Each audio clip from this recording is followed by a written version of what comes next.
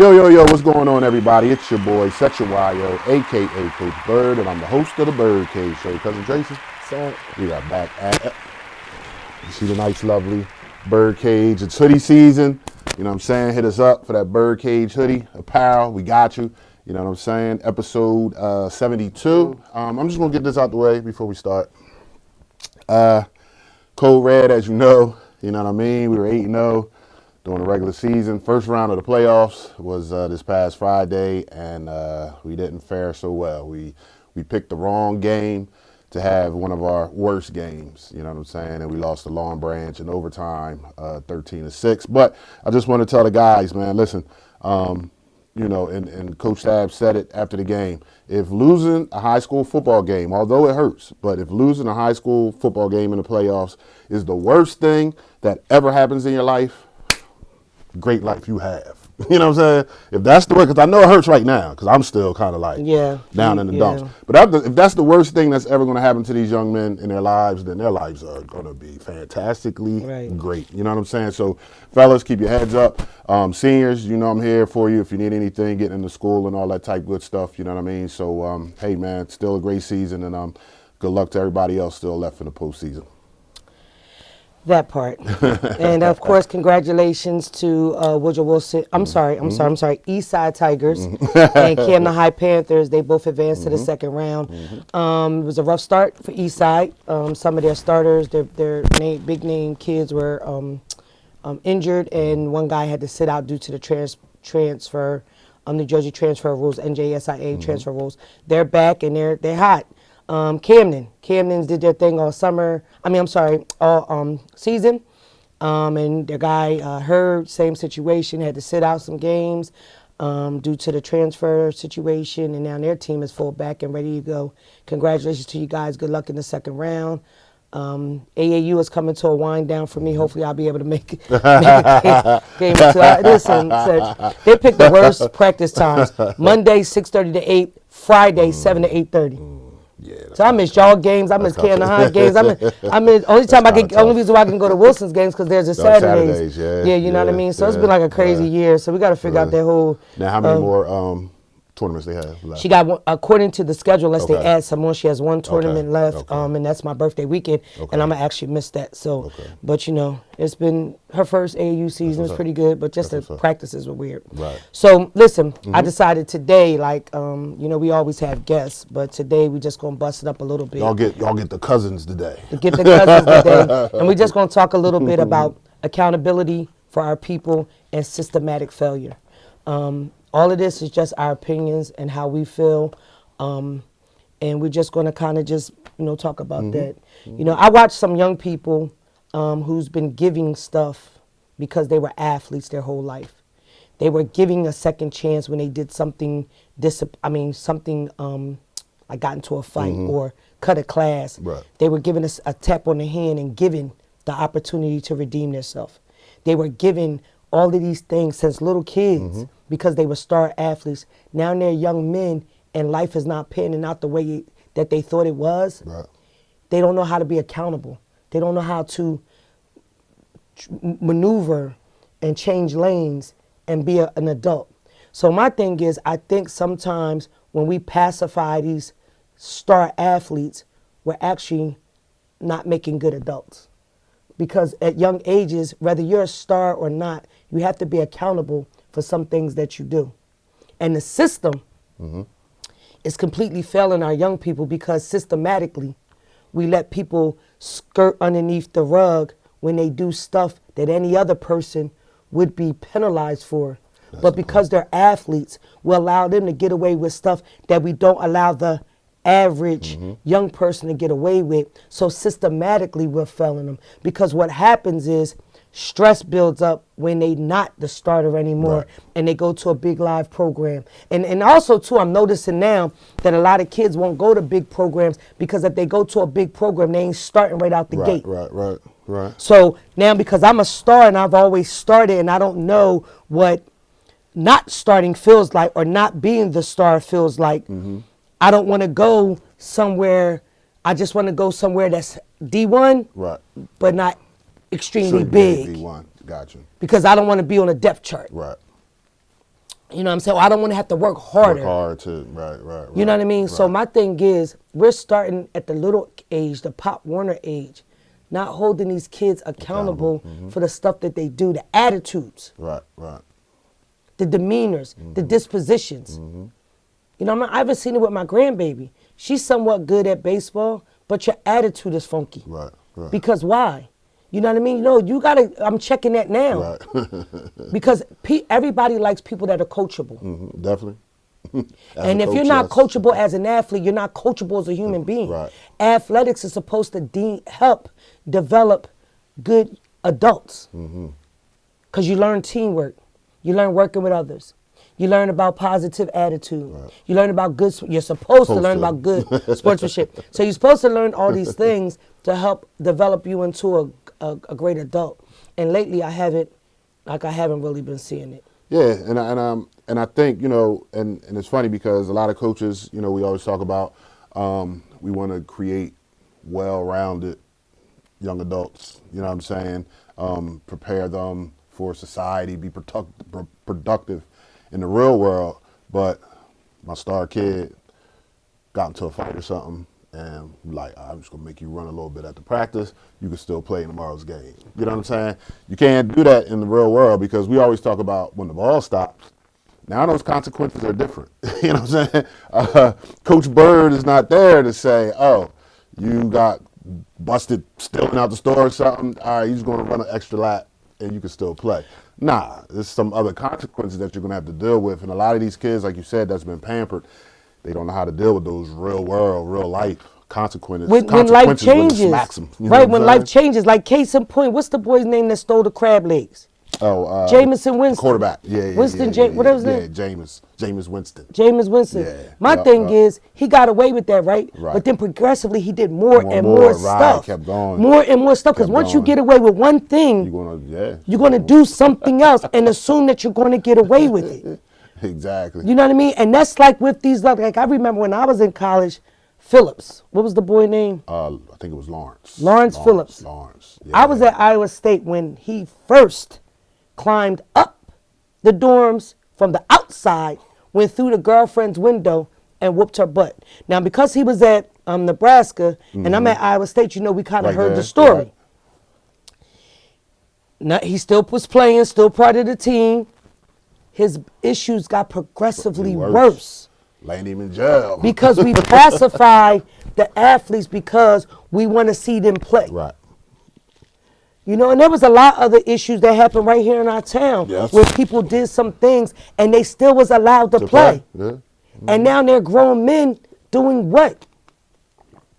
Suffering from mental health issues, barely can hold a real conversation because they didn't learn proper verbiage. Right. You know what I mean? Like what are we really teaching through this? Right. I agree. Like I watched this kid, right, that played sports in middle school, and he was pretty good.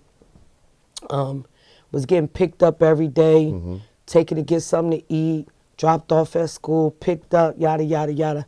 His freshman year, something happened to him. That's where I see that kid at now, around the corner from me in the projects. You know what I'm saying? Because he didn't know how to deal with adversity. Right. He didn't know how to bounce back. And now he's just down. Right. And where were the people at? That's what I was just going to say. Where are they at? Picking them up and where taking them to practice and all that. Because now if you're not beneficial to me. Right. Now I don't want nothing to do with you. What I'm going to do for you. And then you know what else too I found? That when you start making some people accountable, they don't want to be around you. If you hold a person accountable to the stuff that they do or the stuff that they don't do, now you're the bad guy. I'm a bitch. Right. She ain't really. She don't know what she doing. She don't know what she talking about. But some things come full circle. Shout out to my man D Block. Some things come full circle. Because I remember getting on him about his not coming to my house without a book bag when he was in 10th grade. Right. He stopped coming. And then eventually, freshman year of college, sophomore year, he kind of realized, understood what you was doing. You know what I mean? So now I'm mom again. But it was a nice little break where he ain't come around because you got to hold kids, you got to hold young people accountable. Because at some point, and I say it all the time, at some point, the ball stops. Mm-hmm. No matter how good you are, the ball stops. Then what do you have? What are you gonna do? You know what I'm saying? What are those things that were inside you now, so you can navigate adulthood and you know what I'm saying? But I And all just of that type stuff. and systematically, I'm watching not only athletes, I'm watching kids just fall through the cracks and not being held accountable at a very young age. Yeah. And everybody says, "Oh, I'm for the kids. I'm for the kids. I'm for the kids." Are you really? Like I'm watching kids, first grade, that can't tell you how to spell their name. That's not good. And there's no accountability Yeah. for not only the student, the teacher, and the mom, Right, the parents. right. The parents. Everybody puts the onus on the teacher, but ain't when you in my first grade class and you can't spell your name, that ain't my fault. Right. That wasn't even a kindergarten teacher's fault. Right. That's so it's parents not taking time. Like, And we you know what I'm still saying? pushing people. We allowing pushing people through, but we really talk about we for these kids. Right. Yeah. So my thing is that these moments, it's about parents, coaches, mentors, community people. Hold all these kids accountable and tell them why they need to be accountable for everything they do, good, bad, or otherwise. Right. Nah, you're right. That's why, and I'm speaking for myself, and I know other coaches do it as well, because I definitely know some personally that do it, but we always try to give life lessons through different situations in sports. You know what I'm saying? Bad loss, you know what I'm saying? Life lesson in that. You know what I'm saying? When you miss practice and things don't go the way you think they should go. Life lesson in that. When you think maybe you should be starting and you're not working hard to try to get that position back. Life lesson. Like, you know what I'm saying? Like, that's why I love sports so much, because there's a lot of life lessons.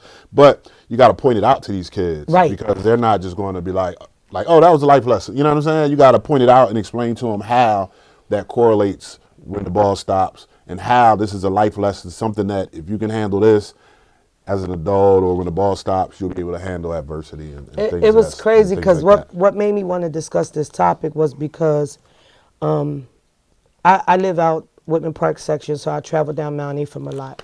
And then traveling down Mount Ephraim, that little era where Camden High basketball wasn't like majorly big, I'm talking like 89, 91, 92, 93. Right, before the Juan Wagner era, when it wasn't, we were just getting by, like making it to the playoffs, but we wasn't winning nothing big.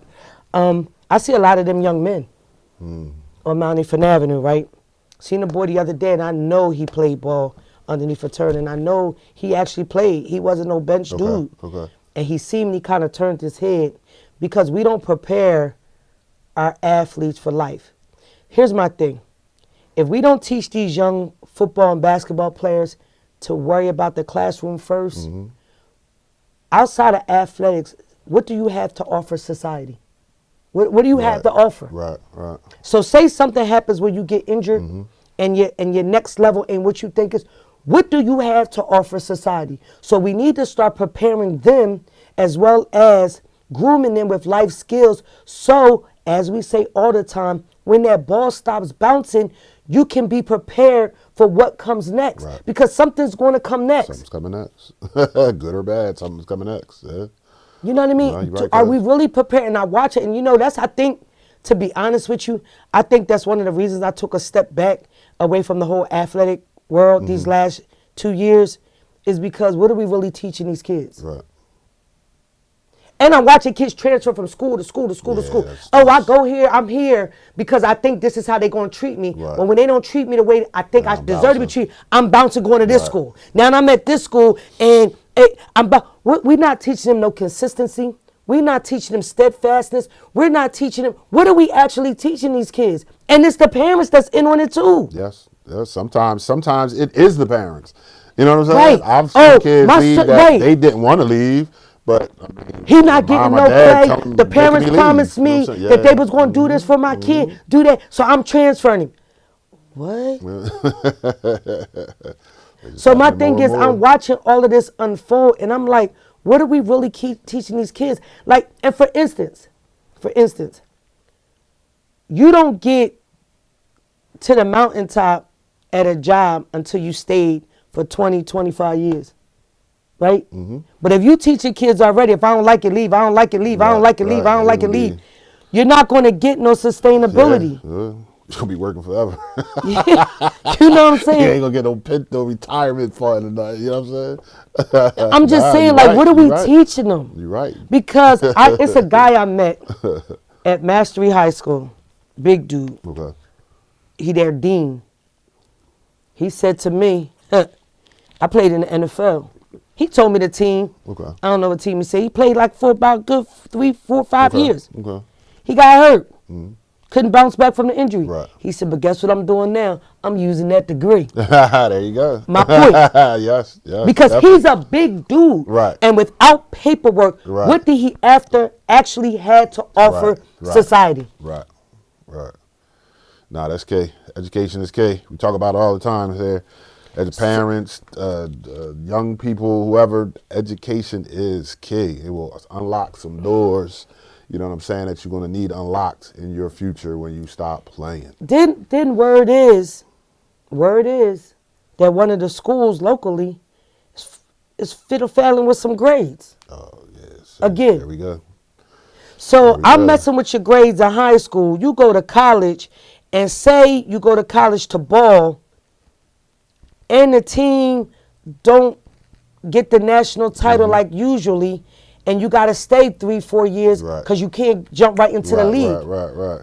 What we doing? How you gonna maintain that? Because those grades ain't being changed up in there. Nah. And to be frank, you got some professors that frown upon athletes, and they make it harder for you. Oh, definitely. Oh, I know some. I know some. Because they tired of the average athlete being pushed through, and their other students have to really bust their ass to get the grades that they get. So my thing is, if we're doing it to them in high school, how do you think this is going to pan out in life? We don't start young. We're holding people accountable. What are we creating? I remember telling a group of kids the other day, one of the kids said if he had a superpower, he wanted to be immortality. And I said, you know what? I can't even agree with you on that. Because I don't think I want to be around to see none of y'all run this country. Because this generation ain't being held accountable for nothing. Right. And one of them is actually going to be running our country. See, that's something. Yeah. Scary to think about. You know what I'm saying? Scary to think about. And it's the failure of it, or a systematic failure.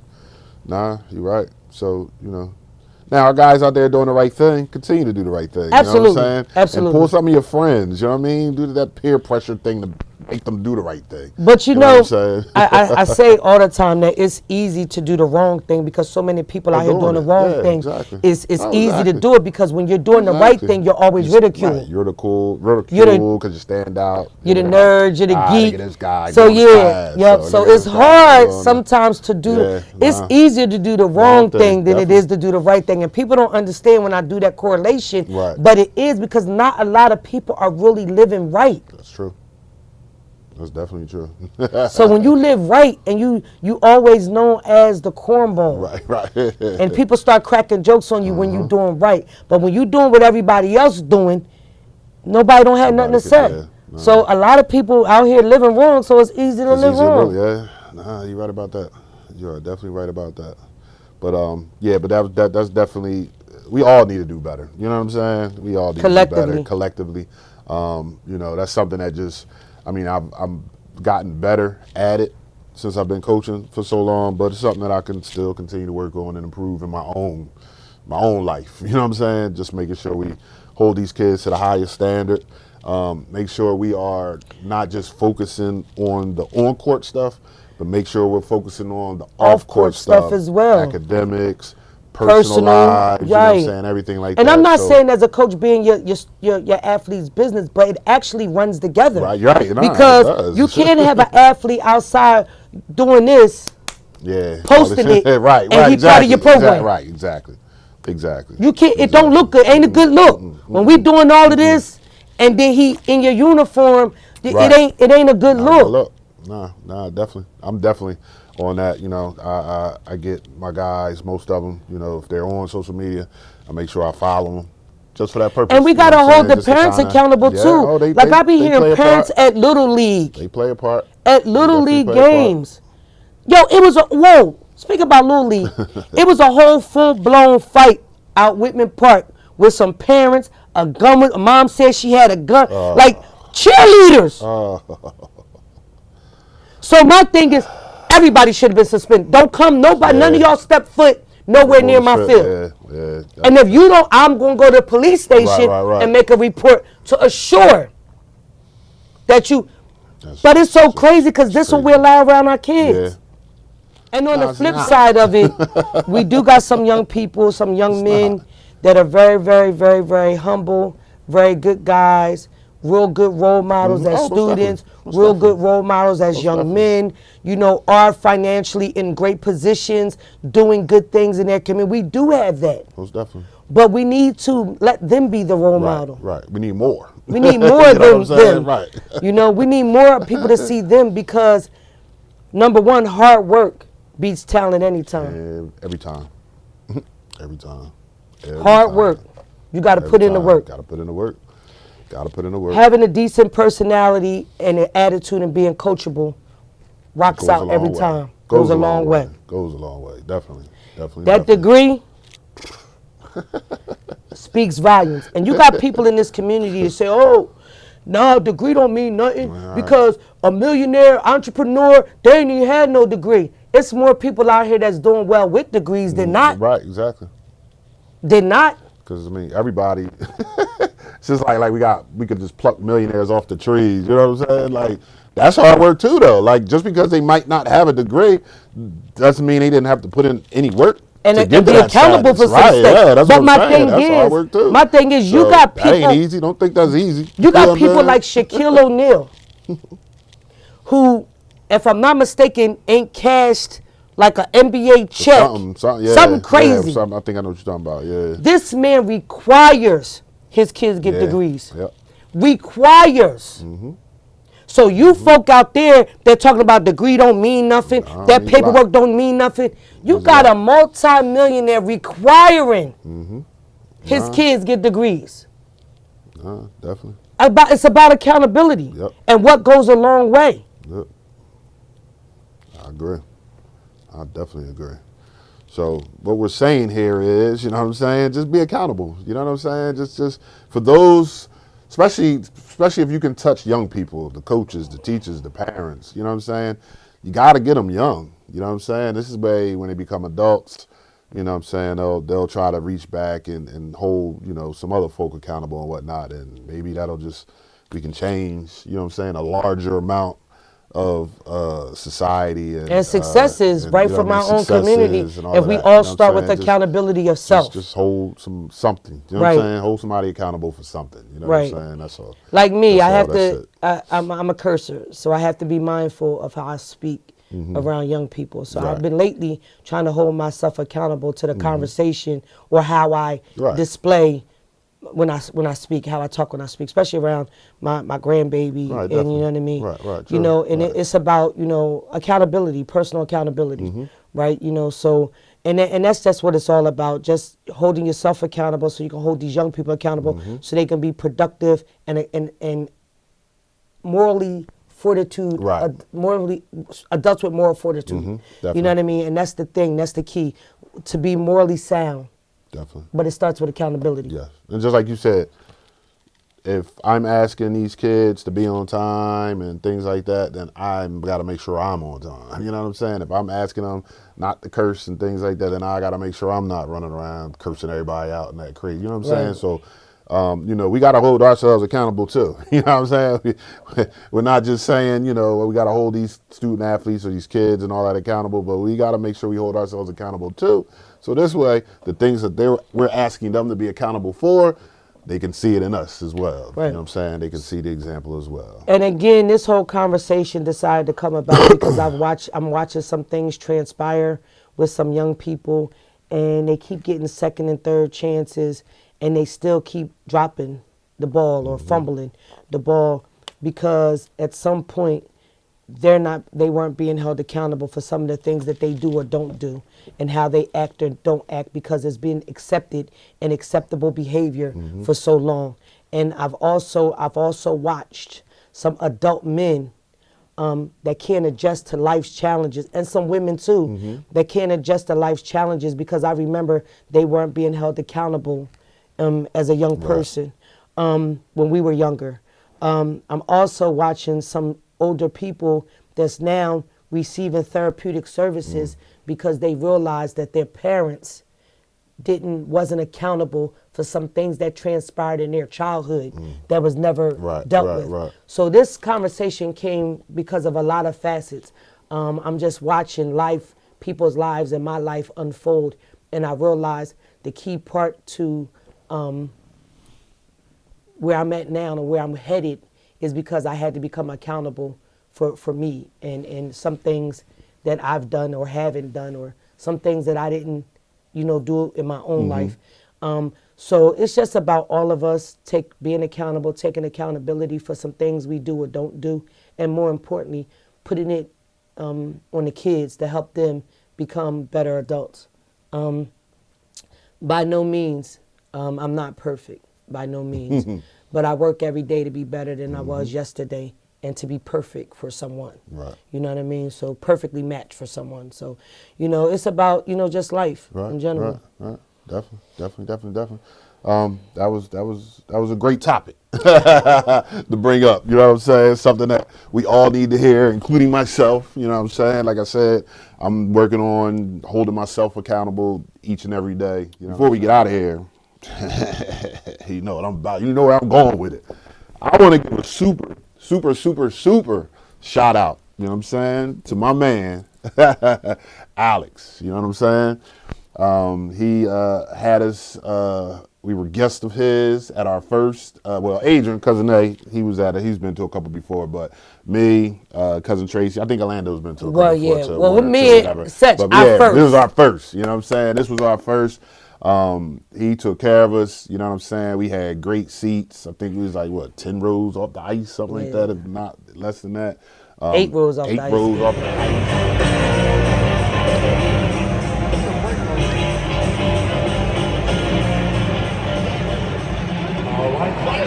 Welcome to our first of 6. Access to the, what was it called, the Shift 4 Club, you know what I'm saying? So.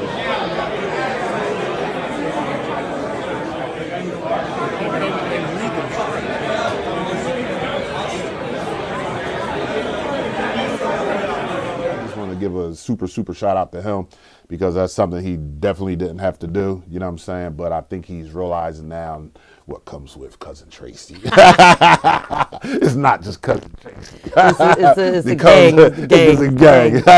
You know what I'm saying? So again, just shouts out to him. You know what I'm saying? Again, shouts out to my Cold Red Squad. You know what I'm saying? Those seniors, you know what I mean? Good luck in the future, your future endeavors. And again, Coach Bird is always here for you if you need somebody to talk to, need some help with this college situation and all that. My guys that are coming back, the off season starts now, so we got to get in the weight rooms. We got to make sure our grades are straight, and we got to put the work in. So we're back at this situation next year, but with some better results. You know what I'm saying? Cousin Tracy, I love you as always. Thank you, because there is no Birdcage without you, and I'm going to keep saying it every episode, you know what I'm saying, because that's what it is, and that's how I feel about you. What you got? Well, so when this airs, it will be October 31st, November 1st. For all those out there in YouTube land that adore Cousin Tracy, she will be celebrating her birthday November 12th. Next episode after this one will be the birthday edition. With some family fun. You guys will get to see us in action, celebrating me. And for those that know me, know I take my birthday serious, because a lot of things transpired in my life, and I'm glad to be alive. I'm glad to be here. I'm glad to celebrate who I've become. I'm glad to celebrate who I was. I'm glad to celebrate how I got here, and I'm looking forward to many more years. So with that being said, I'm accepting lunch, Cash App, DoorDash, Wawa, Dunkin' Donuts, Starbucks, caramel macchiato from Starbucks, caramel hot coffee with oat milk from Dunkin' Donuts. Any place you go, you have to give me oat milk because I don't eat dairy. I don't do dairy. And I shouldn't have it, but I love Panzerati's from Martin Pike. And if you want to get expensive with me, there's always the perfume option. But just know, I'm thankful. I'm grateful. Feel free. Feel free. Feel free. Birthday is, I'll take gifts. I'll accept gifts all month of November. But with the holidays coming, I'll do a cutoff at the 20th. Okay. Oh, thank you. You're so kind. No. But on a serious note, That's funny. I know, right? Serious note. Listen. All I was just saying through all of these conversations we have is just be better. Be a better you. Work every day towards being a better you. And be thankful for what you have, and don't worry about what you don't have. And one last thing, I seen this on my actual wall. Don't worry about who don't support you. Just celebrate the people that do. Definitely. So with that being said, thank you to everyone that supports the Birdcage. Thank you. We appreciate you guys, all your comments, everything. Tell a friend. Make sure you subscribe and like. We like what y'all have to say about us. We appreciate you. Definitely.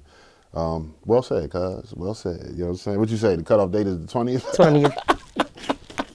Because I don't want to run into Black Friday. I feel you. You know what I mean? And mess up people's money. That's so nice of you. You know what I'm saying? We definitely feel you there. Well, episode number 72 in the book. Once again, I am Sechuayo, a.k.a. Coach Bird. I'm the host of the Birdcage Show, and we'll talk to you soon. It was a stone groove, my man.